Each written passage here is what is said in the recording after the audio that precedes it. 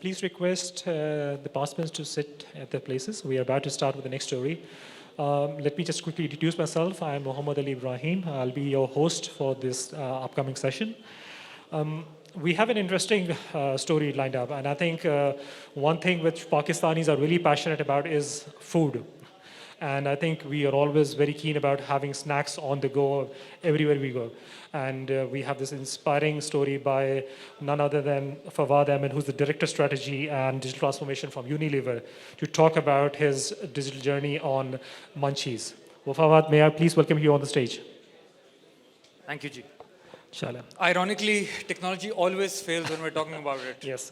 So I think, Fawad, before we get into the thick of what you have to present, I think it would be nice if you can actually give a feeler of what this exciting logo behind us is all about. What is Munchies?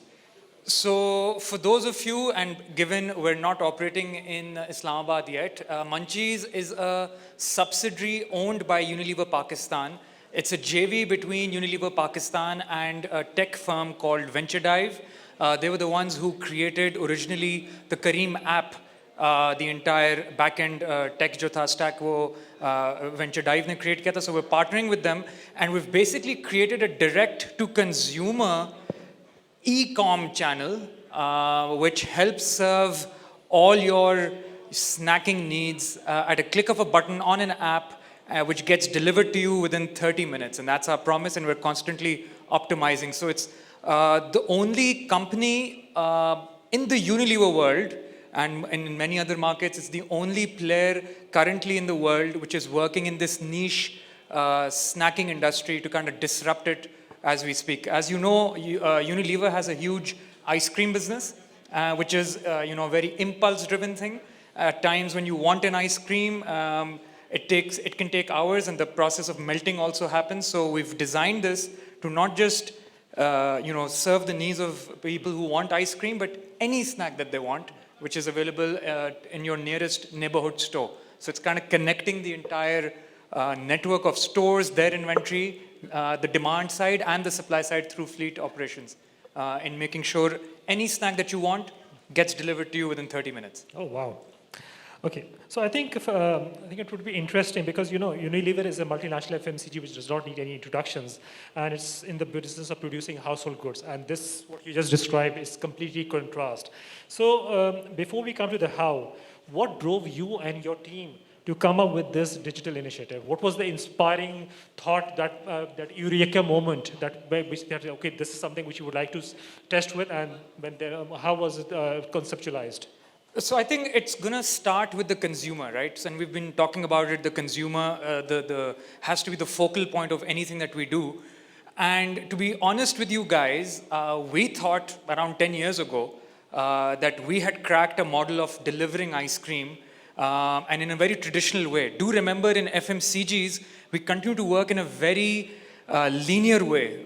Things get produced in a factory, they move to depots, onto distributors, and then onto trade, where consumers, based on our marketing and demand generation, people pick up from the store, and that's a very linear pipeline model. In the last 3 years, what we've seen is our consumers are changing drastically, and not just the consumers, but even the industry that we're in, the snacking industry, is growing leaps and bounds. You look at the role that now a pack of Lay's chips plays in our household, in any household, and I can guarantee any age that you have in your house will be consuming a packet of chips, something that they want anytime. It's a growing market, and therefore the market size and the niche is huge, as you can see on the chart, close to $7 billion. But equally, the reason why we went to it was because we found when people wanted something, for them to walk out, especially the millennials. Do remember, 65% of the people in this country are under the age of 35, and they're pretty lazy. And so they want things at their doorstep, on their fingertips. There was zero ecosystem around instant delivery at the time that we started. Of course, Food Pandas entered the same space, slightly different. And what we also understood was there was no such solution which existed for the FMCG world. So we wanted to kind of do this from a consumer lens, but equally help the manufacturers, which is why I think the biggest difference that you see in Munchies is that it does not only sell Unilever products. We've got a good partnership with PepsiCo. We've got a good partnership with Mondelez. We've got local players like Hilal. And a lot of other companies are now coming on board saying, guys, work with us to put our products on Munchies so that we can kind of drive growth. So really, Munchies is your one-stop solution. It's an app. It is a marketplace, like I mentioned. We've got all players. We've got close to 200 articles or SKUs on the app. And yeah, we kind of tell or guarantee that we'll give it to you in the next 30 minutes. So I think interesting thoughts. Now, just on the last slide, when you said that there was an app that your team produced. Now, I'm trying to picture Unilever on one side and which has no experience on the technology side. How did you ensure that those two married well together? Because what you told, it was an instant success. And the target market that you were addressing is like some people who are very picky about, okay, what kind of technological products, how to they liking and all. Correct. So what was the challenge that your team faced when they were trying to introduce this product in the market? So I think historical challenge was, it was people like myself who were part of the company trying to create the solution. The one thing we did differently, we went to the consumers. So we did a massive hackathon with Nest.io, where we pitched the challenge that we want to create a marketplace for snacks. What are some of the ideas? And we got a lot of ideas, and we picked the top one, which was, guys, you've been approaching it wrongly. Consumer does not want Unilever products. Your world is Unilever, but the consumer's world is way beyond and bigger, and you can't imagine, snacking without chips and, the beverages, etc. So that's the first thing, and then that's the first thing we had to overcome as a manufacturer of certain goods. Why should we do something which also sells other things? That was the first thing. But I think the bigger challenge, of course, was this does not exist in anywhere in the Unilever world. We were the first ones. So the kind of bureaucratic challenges that we faced in getting approvals is that, if I were to summarize, I've betted my provident fund on it, if I were to be honest with you, right? And of course, there was a lot of fear of the unknown. Management was like, no, this will not work. But because we were sure that this is what the consumer needs, there is a product fit with the consumer, let's go ahead and do it. And of course, we also knew at that time that there was no ready solution out there which we could just, sell our products to. And even if it was, it is extremely expensive. Even now, some of the e-commerce delivery solutions which are doing hyper-local, say the likes of Foodpanda and whatnot, are extremely expensive for companies to partner with, even though they might give you the scale. And finally, of course, we get to understand our consumers better, because this is now first-party data for us.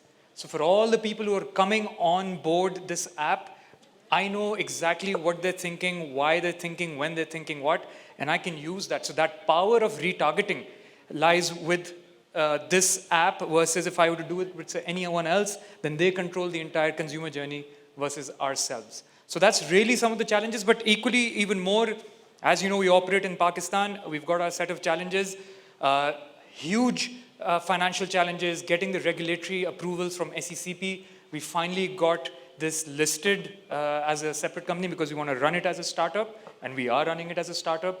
And finally, of course, one of the biggest challenges, as you mentioned, was finding the right technology partner. And we're grateful to have Venture Dive, because we went around looking for the right partner. And they gave us the flexibility, they gave us the agility to kind of work with us, understand the problem, and work in meeting that solution. Okay. So before I ask my next question, I think I'd just like to remind the audience over here, and also the people, because Fawad, we have a large audience who's connected virtually. And I think you must have a lot of feedback, some comments, interesting insights, which you would like us to consider in the next questions and all. So please feel free to open your browsers and Slido and enter your feedback and comments. So Fawad, next question. I think very good all-around, well-thought-out strategy in terms of penetrating, and I think now you're well-positioned in the Karachi market. Now, when I talk about creating that additional value for businesses, and how do you see that, how you can scale this project in other parts of Pakistan? Yeah, so I think for any such initiative of digitization, the management, would always look at key results or key objective or key results, OKRs as they call it. And if we're hitting them month on month or not, And I think I'm glad to say that initially there was a bit of a slowdown. And by the way, we've spoken about it. COVID, by the way, was a detriment to this because when the shops closed, our model depended on the shops. We did not carry inventory because we did not want to bleed money for the organization. So we're kind of doing this in a bootstrapped way. It's not that Unilever is throwing massive amount of money for the sake of it.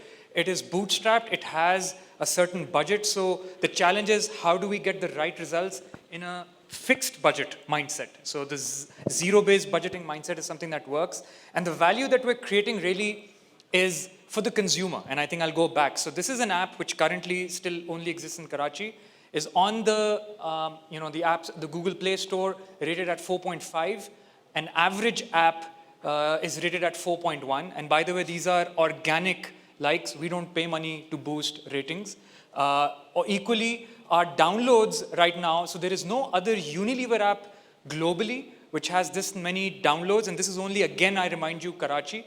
We've got close to 250,000 people who have downloaded this app on their phones in Karachi, of which 50,000 are using this on a monthly basis. So you can get a sense it's generating a loyal base. And I can't give you the facts in terms of the loyalty and the retention and the penetration numbers, but they are very well ahead of industry benchmarks. And so we're kind of creating some of those here. So that's the value which I think is creating not just in terms of turnover growth, which by the way, where our target is minimum 30% growth month on month. Here companies talk about 30% growth probably year, but because we're a small business and we're thinking like a startup, and mashallah, so we're hitting these OKRs. And our metric, one-minded, is to hit a certain number of orders every day, no matter what.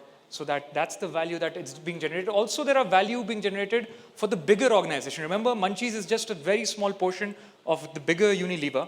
But the kind of skill sets that our teams are building in terms of digital marketing, again, we have this tendency of spending billions on digital marketing without getting the right returns. This is because it's bootstrapped. We're spending a fraction of what we spend, but getting better conversions than any other marketing campaigns that we do. Equally, I think another benefit is, of course, data, because that can then be used to kind of generate repeat sales. And finally, it is also about a lot of data and analytics which comes through this. So that's, of course, certain learnings we're taking into the bigger organization in making sure our people are using, because we hear about a lot of data science, but when we actually came to using it, we didn't have that capability. But with this startup, we are using data science to optimize fleet operations, retargeting of our marketing spends in the right way, and really generating value overall for the company. Yeah, I think this is very important because some of the questions that are coming up, they exactly pointed this particular question about the use of data, because I think once you employ machine learning and all, so actually that can give you those heat maps and where exactly is the demand. Absolutely. So I think that's very nice. I think a lot of engagements coming in. Please keep them coming.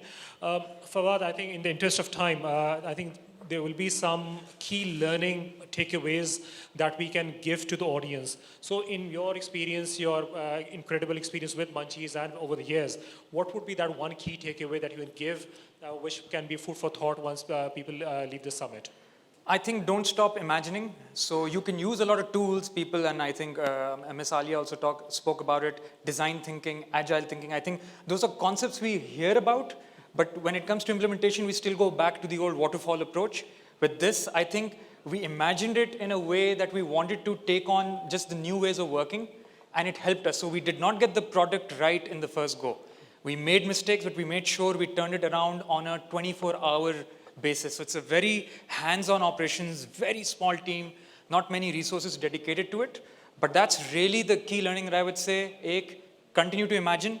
B, I would say, and as they say in Urdu, dheet ban jaye, that this will succeed, because in big corporations such as ours, there would be more people, being more cynical about these initiatives.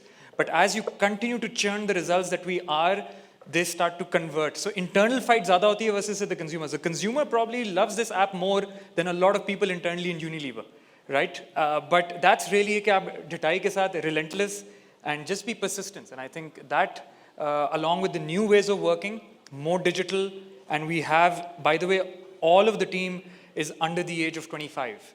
And they're the ones really running it. I'm here to present their work, to be honest. But they're the ones who are running with it, and they're very responsibly managing this for us. And that's really the key lessons. I think, thank you. That was very inspiring, Fawad. Thank you once again. I think we're almost out of time because we have an interesting performance lined up. Thank you once again. Thank you for the questions and thank you for the engagement. Thank you very much, guys. Thank you.